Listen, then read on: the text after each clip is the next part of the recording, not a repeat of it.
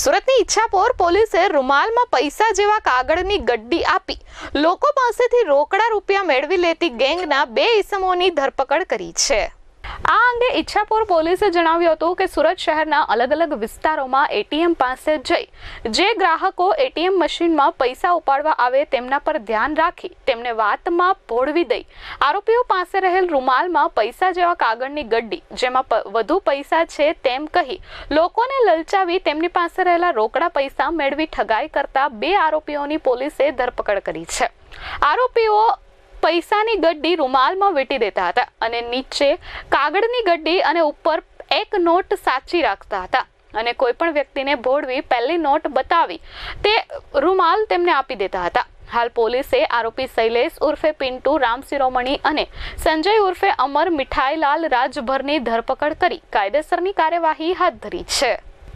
Bureau report S24 news Surat.